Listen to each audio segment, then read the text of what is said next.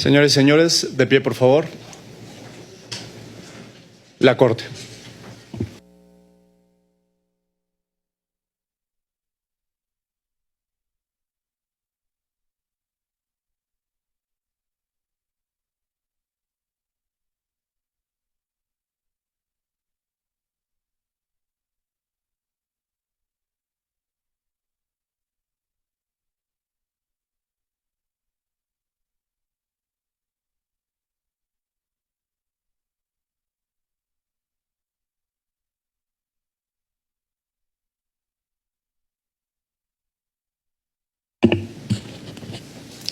Hola a todas y todos, muy buenos días. Vamos a proceder con la audiencia de esta mañana. Es sobre las excepciones preliminares y eventuales fondo, reparaciones y costas en el caso Petro Urrego versus Colombia. Quiero dar la más cordial bienvenida a la delegación de la Comisión Interamericana de Derechos Humanos, a los representantes de la presunta víctima y a los delegados representantes del ilustre gobierno de Colombia. Me permito señalar que de acuerdo con el artículo 19.1 del reglamento de este tribunal, el juez Humberto Antonio Sierra Porto, por ser de nacionalidad colombiana, no participa en esta audiencia ni en el conocimiento y deliberación del presente caso. Paso la palabra al señor secretario Pablo Saavedra Alessandri para que realice las precisiones correspondientes. Gracias, presidenta. Quienes deseen hacer fotografías tienen 3 minutos para realizarlas, después de las cuales deberán retirarse de estrado. Asimismo, se solicita a los asistentes apagar los teléfonos celulares. Esta audiencia está siendo transmitida en vivo por el portal de la Corte Interamericana de Derechos Humanos y por las diferentes redes sociales.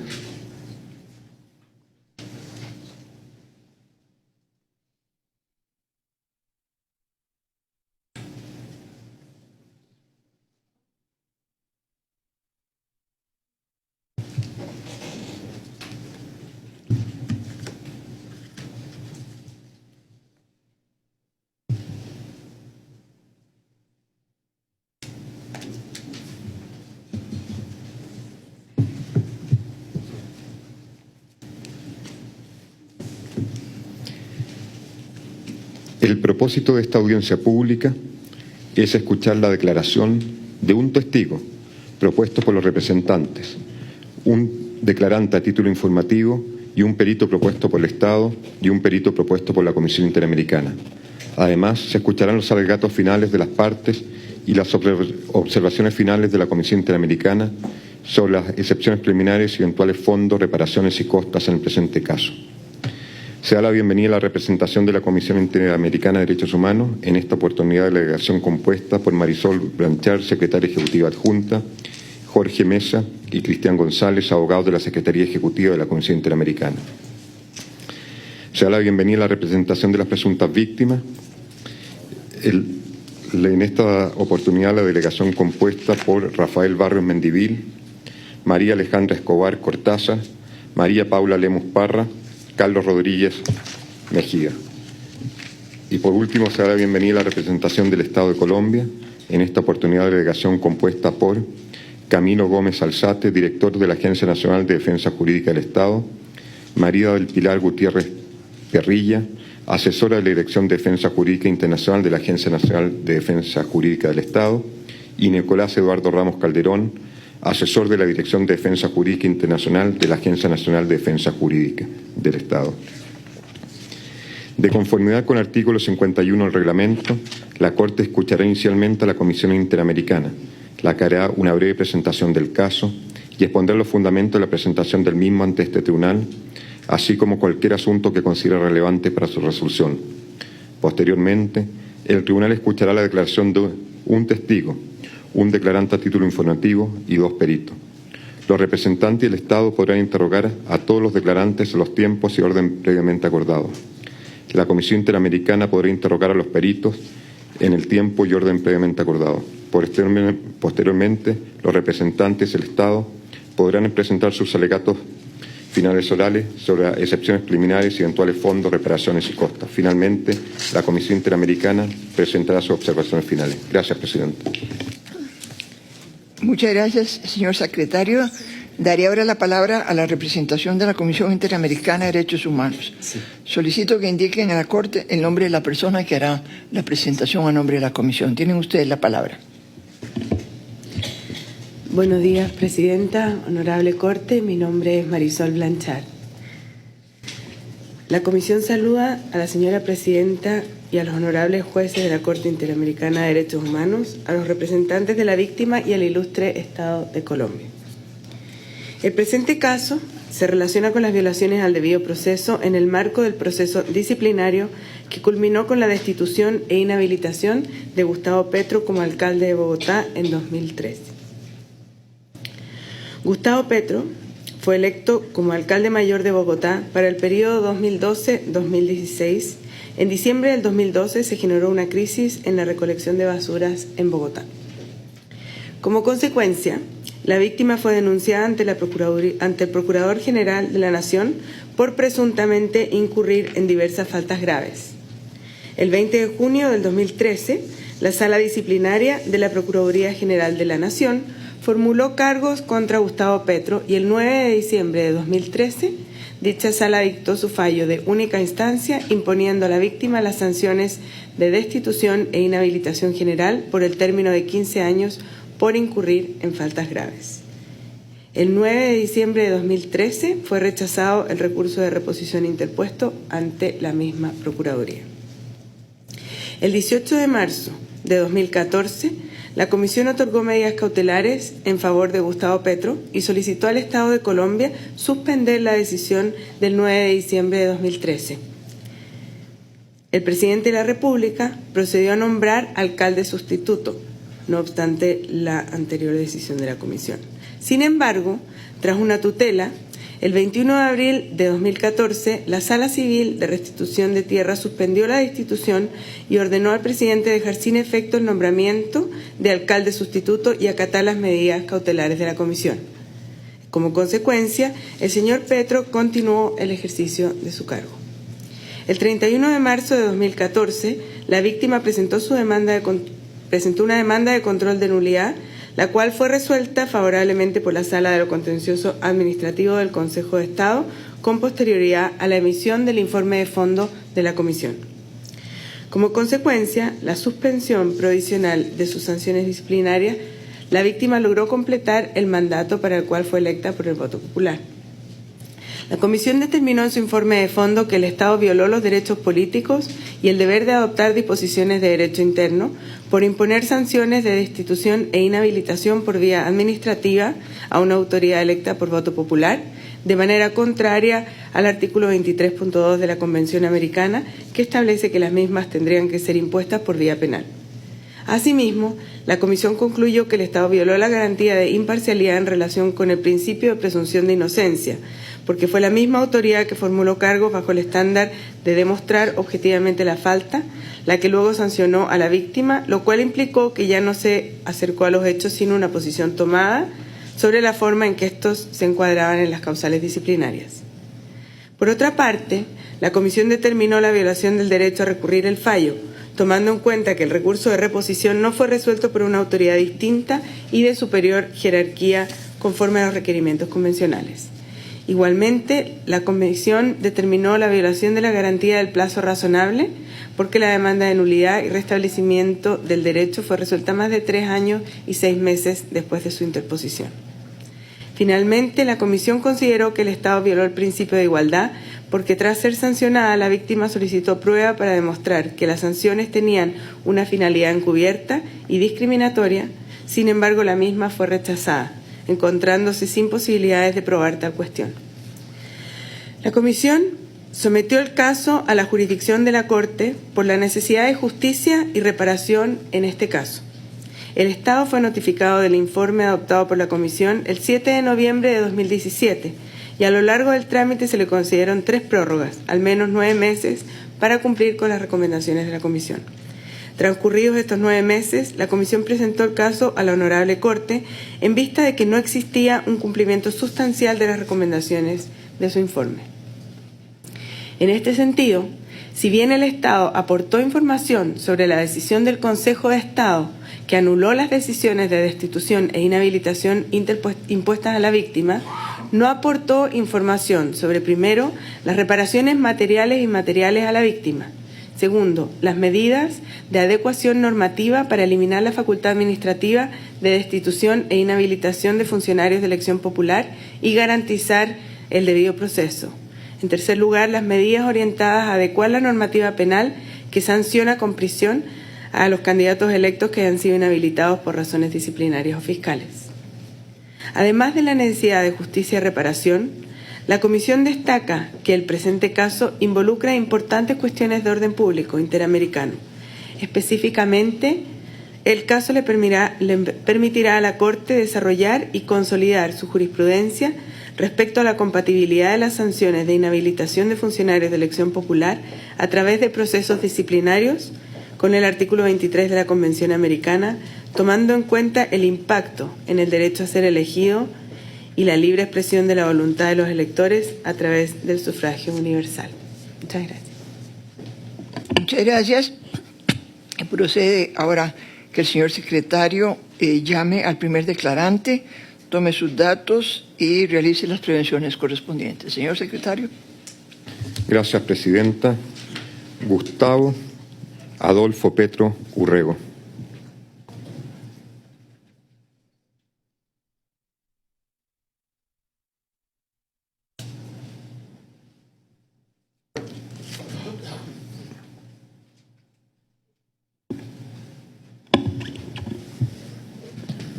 Buenos días.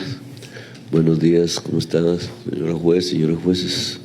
Le agradecería manifestar ante la Corte su nombre. Me llamo Gustavo Petro y en este momento soy senador de la República de Colombia. Muchas gracias. ¿Lugar de residencia? La ciudad de Bogotá. Gracias. El declarante deberá limitarse a contestar clara y precisamente las preguntas que se le formulen. Se le informa que fue citado por la Corte para declarar sobre la alegada persecución de que ha sido objeto como líder político de oposición, en particular sobre los procesos disciplinarios y fiscales seguidos en su contra en razón de sus actuaciones como alcalde mayor de Bogotá, las consecuencias de tales hechos en su vida personal, familiar y política, y las medidas que debería adoptar el Estado colombiano para la reparación del daño sufrido, el pleno restablecimiento de sus derechos y las garantías de no repetición de los hechos. Se le informa que, de acuerdo con el artículo 53 del reglamento de la Corte, los Estados no podrán enjuiciar a las presuntas víctimas, a los testigos y a los peritos, a sus representantes o asesores legales, ni ejercer represalias contra ellos o sus familiares, a causa de sus declaraciones, dictámenes rendidos o su defensa legal ante la Corte. Gracias, presidente.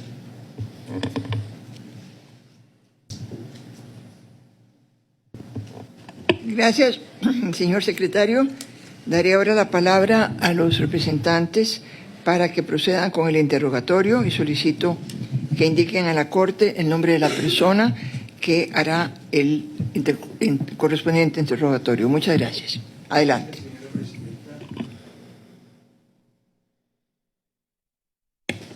Gracias, señora presidenta. Mi nombre es Carlos Rodríguez Mejía. Voy a interrogar al señor Gustavo Petro Urrego. Aprovecho la ocasión para saludarla y felicitarla por su elección como presidenta de la Corte. Señor Gustavo Petro, buenos días. Buenos días. Quisiera pedirle que brevemente le haga una presentación a los señores jueces de quién es usted y cuál es su desempeño en Colombia para ubicarse. Bien, yo soy un dirigente político de izquierda. Siempre he estado en la oposición, dado que quienes han gobernado el país siempre han sido los mismos, incluso familiarmente. Un sector de la sociedad colombiana que ha controlado el poder He luchado por transformar desde el punto de vista democrático la sociedad colombiana, el Estado colombiano, una de las sociedades más desiguales del mundo y de las más violentas. En esa lucha fui al principio combatiente, armado, muy joven. Hicimos un acuerdo de paz en el 90, gracias a eso ganamos las elecciones de Asamblea Constituyente. La actual Constitución la hicimos mayoritariamente nosotros en la Asamblea, no se aplica en su mayor parte. Logramos resistir una ola de violencia inmensa en la década de los 90 como movimientos políticos legales. A partir de ahí fui congresista de Colombia durante 15 años. Hice los principales debates sobre la articulación entre poder político y paramilitarismo y narcotráfico, que llevó al 35% del Senado a la cárcel. Después de eso fui candidato presidencial en el año 2010 a nombre del Polo Democrático. No ganamos. Al año siguiente gané las elecciones de la mayor ciudad del país, Bogotá. Fui alcalde. Los hechos de esta audiencia tienen que ver con ese paso por mi administración entre el 2012 y el 2015.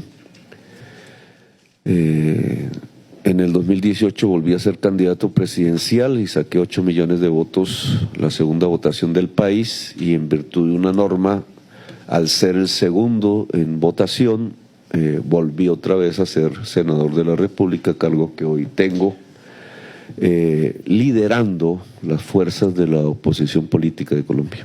Bueno, muchas gracias. Usted acaba de decir que fue alcalde de la ciudad de Bogotá.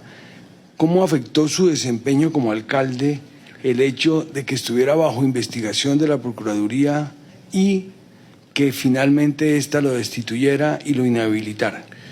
Nuestra intención cuando ganamos las elecciones de Bogotá fue mostrarle al país en la práctica lo que podría ser un gobierno alternativo, ligado a 3 ejes: la superación de la desigualdad social en la ciudad, la adaptación de la ciudad al cambio climático y el fortalecimiento del poder público. Tenía un efecto de demostración, sobre todo Colombia, lo que podría ser una sociedad gobernada profundamente de manera democrática. Vino una resistencia institucional, no de la sociedad, sino del Estado mismo, contra esa administración. Los procesos disciplinarios de autoridades administrativas como el procurador o de los contralores se circunscribieron a perseguir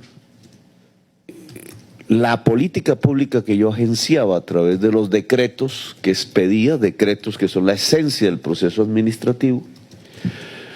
En casi toda la línea de la política pública fui vigilado, controlado, disciplinado.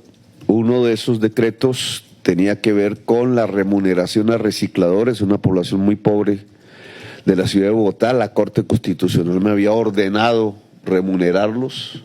Cambié el sistema de aseo para lograrlo, creando una empresa pública. El simple hecho de volver público un servicio público que había sido privado desató la persecución del procurador.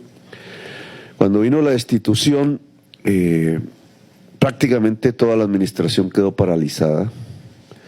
Aún superada la destitución gracias a una medida cautelar de la Comisión Interamericana que un juez interno de Colombia obligó que se acatara por parte del presidente de la República un mes después, y cuando éste ya la había desacatado, aún volviendo a la alcaldía, buena parte de los dirigentes administrativos de mi gobierno sentían miedo, temor de actuar, de volver realidad la política pública que habíamos agenciado y por la cual la sociedad había votado mayoritariamente. Ese miedo paralizó la ejecución de una parte de nuestros objetivos, que como ya dije eran objetivos muy diferentes a los que tradicionalmente se plantean como la visión de la gente que maneja el poder político en Colombia. Así que hubo un golpe, digamos, a lo que llamamos la Bogotá humana, el nombre de mi administración. Y el miedo generalizado en los funcionarios, además una persecución sucesiva sobre los funcionarios, dificultó en mucho que el mandato popular se pudiera mostrar en toda su plenitud en el gobierno de la Bogotá humana. Bueno, usted también posteriormente ha seguido desarrollando la carrera política y adicionalmente ha tenido otros procesos en la Procuraduría, en la Fiscalía, en la Superintendencia de Industria y Comercio. ¿Cómo han sido esos procesos y cómo lo han afectado en su desarrollo político, en su carrera política? Por los decretos que expedí, uno sobre congelamiento de tarifas y tarifa diferencial para los sectores más pobres de la ciudad de Bogotá en el sistema de transporte. El otro sobre el ordenamiento territorial de Bogotá, POT se llama, tratando de que se adaptara a la ciudad al cambio climático. El otro sobre la remuneración a recicladores, el empoderamiento del reciclaje y el cambio del modelo de aseo. He sido multado por órganos de control territorial locales en una cuantía cercana a los 150 millones de dólares que tendría que pagarle al Estado colombiano de mi pecunio, que obviamente no tengo, es una deuda impagable. Esas multas generan una inhabilidad política por una ley colombiana que incluso, si yo me llegara a inscribir como candidato teniendo esas multas vigentes, me llevarían a la cárcel. La ley ordena la prisión para quien se inscriba cuando ha tenido sanciones fiscales, disciplinarias y obviamente penales. ¿Y esas multas, perdóneme que lo interrumpa, no están vigentes? Esas multas fueron suspendidas provisionalmente por la justicia administrativa. Una suspensión provisional que fue lo que me permitió inscribirme como candidato presidencial en el año 2018. Si no hubiera existido esa suspensión provisional y transitoria, no hubiera podido ser candidato. Todas las multas han sido suspendidas, excepto la que establece la Superintendencia de Industria y Comercio, que es una delegación directa del presidente de la República. Es decir, hoy puedo decir que el presidente Duque me embarga mi sueldo. Ese embargo no tiene inhabilidad política, por eso puedo ser senador de la República, pero todas las demás multas de la Contraloría Distrital por cuantía cercana a 150 millones de dólares están suspendidas por la justicia, pero provisionalmente.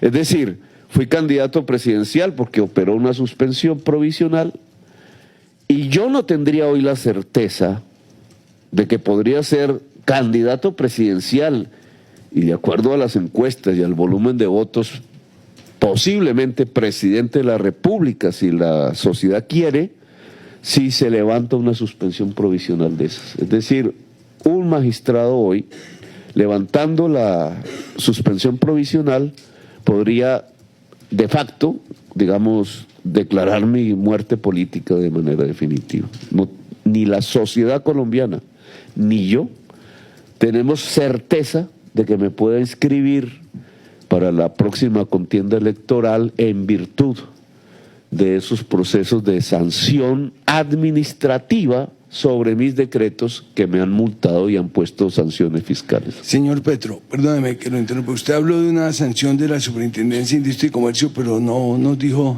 de por qué fue sancionado. Deriva la sanción de la Superintendencia de Industria y Comercio, que constitucionalmente es una delegación de funciones presidenciales, precisamente de mi decisión por decreto de empoderar el reciclaje a los recicladores y establecer una empresa pública de aseo en la ciudad de Bogotá. Es decir, el mismo contenido del proceso que adelantó el procurador y que me destituyó fue trasladado a la Superintendencia de Industria y Comercio, y en virtud de esa forma de entender las cosas que tenía el procurador fui multado. La multa hoy permanece, está vigente. no se había hecho efectivo porque yo no tengo bienes, sino mi casa, que es inembargable porque es patrimonio familiar, no tengo más. Durante 2 años yo no podía emplearme ni tener un contrato con el Estado por la inhabilidad que se me impuso. No tuve ingresos durante 2 años. Salvé mi casa simplemente porque el banco no quiso embargármela, porque debo buena parte de su valor. Y solo hasta cuando fui candidato presidencial y en virtud de volverme senador de la República por haber sacado la segunda votación, volví a obtener un ingreso como senador de la República, que es el que actualmente se embarga por parte de la superintendencia. Gracias. Usted ha hablado de los efectos sobre la alcaldía, sobre la vida política, y en personales y familiares, ¿qué efectos han tenido todo esto? No, pues 2 años sin ingresos, sin posibilidad, digamos, de sobrevivir, que en mi opinión lo que querían quienes estaban detrás de esas medidas era sacarme del país, hacerme exiliar, porque no podía sobrevivir dentro del país. Yo sobreviví por solidaridades, dando conferencias aquí y allá que alguien pagaba. Incluso en la universidad pública no me podía contratar porque la inhabilidad es también sobre la contratación, es decir, no podía recibir ni un salario mínimo siquiera. Sobrevivir simplemente resistiendo. Pero el impacto sobre mi vida familiar, sobre mis hijos, sobre sus estudios, sobre su estabilidad psicológica, mi propio equilibrio personal fue completamente vulnerado durante la alcaldía y después, que fue la época más dura, entre el 2015 y el 2018, ya cuando me convertí en candidato.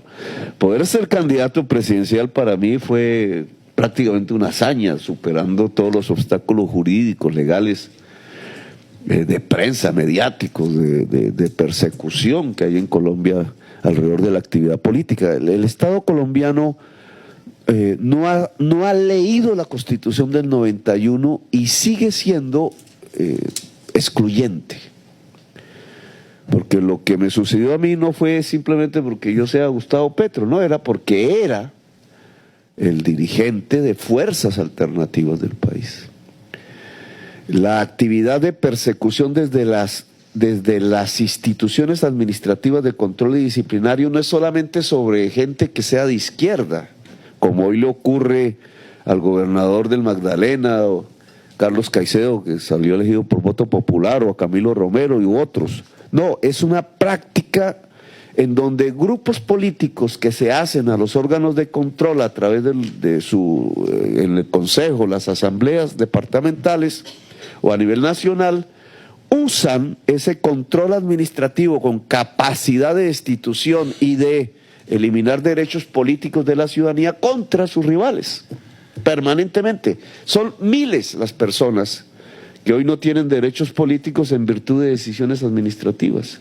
Y ese modus operandi que ha actuado durante décadas en Colombia, pues provoca dentro de la gestión del Estado un clima interno de persecución permanente para cualquier administrador, sea este conservador, sea liberal, sea de izquierda, porque sus rivales políticos pueden usar el órgano de control para quitarle los derechos políticos a sus rivales contendientes. De hecho, detrás de las multas de los órganos de control hay un sector político. La Contraloría Distrital le perteneció en cierta forma a Cambio Radical, el partido de Germán Vargas Lleras, que era el candidato presidencial del presidente de la República en ese momento.